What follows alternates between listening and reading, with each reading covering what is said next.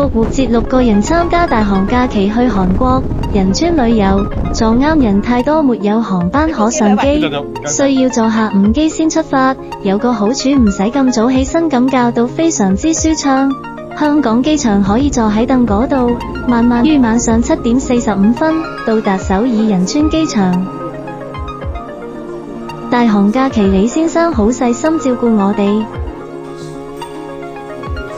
9點鐘到首爾一間韓燒食晚飯。日語冇，去旅行梗係心情非常之開心。燒肉都非常之新鮮，多款式品選擇，炭燒非常香口。這位團友異常興奮，食得好滿足。燒肉味皮可口，非常之松脆。燒肉非常美味四射。房間乾淨企理，地方好大。家庭式房間可住3人。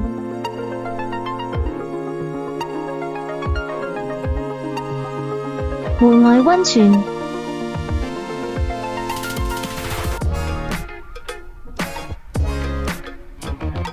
早餐於酒店內自助餐供應，食物豐富。如果鍾意食泡菜嘅朋友，每天都有供應。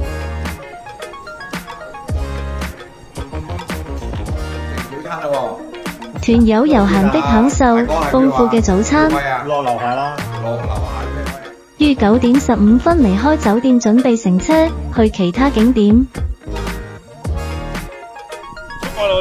於酒店外雕塑影下相。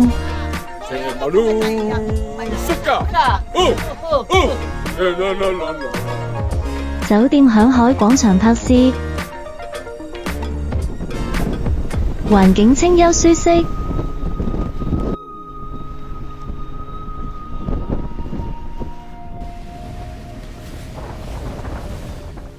香海嘅雕塑好趣致，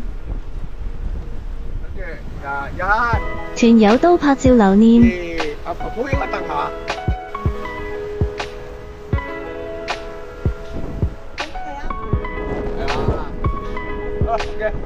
好啦。於9點30分坐旅遊巴去其他景點。去商場參觀購物商場 Southfield。於商場大堂講解及集合時間。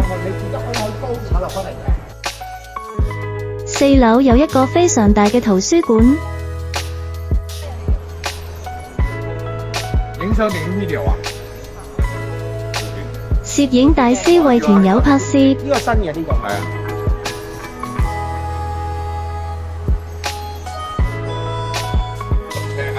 圖書館內感覺到有書卷氣息。隨團攝影師為各團友拍攝。商場外觀。商場附近建築物。商場附近小型公園及教堂。雀仔自由飛翔。大風有部分櫻花已開始脫落。商場外大型雕塑。春天已到，花朵盛開。韓國、日本櫻花盛開季節。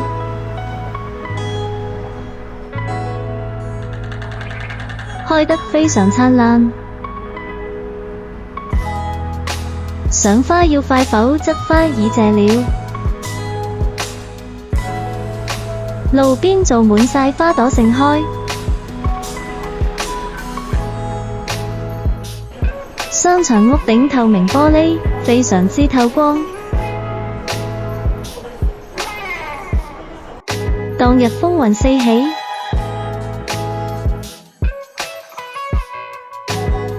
商場購物完結，坐車去食仁參雞粥午餐。小團友放假非常之開心。繼續每人一鍋原隻雞一隻。這一間是餐廳名稱。坐車去一個金礦洞參觀，舊有礦洞發電廠。礦洞內裝滿晒好多燈飾。光明洞窟原址慶礦山建於1912年，又稱1972年礦洞關閉光明洞壁，用作鹹蝦倉庫，非常之有幻彩。感覺到去到其他星球一樣。2011年光明市購買了它用觀光旅遊點。呢個靚啊靚啊！金礦洞非常之大，可容納好多人。這條是電子機械魚。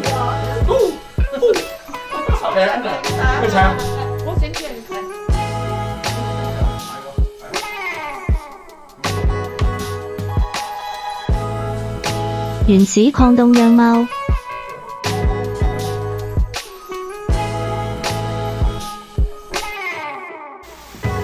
用作酒保。隧道用作儲存紅酒嘅好地方。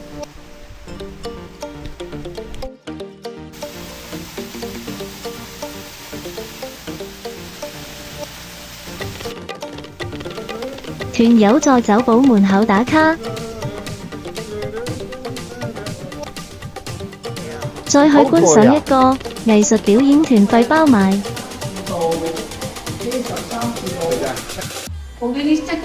自己購票需要300幾蚊一張。藝術與歌舞結合。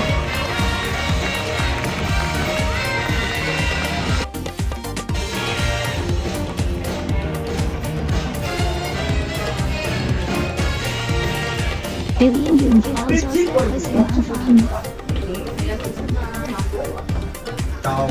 海鮮蒸汽火鍋非常鮮甜，內有鮑魚扇貝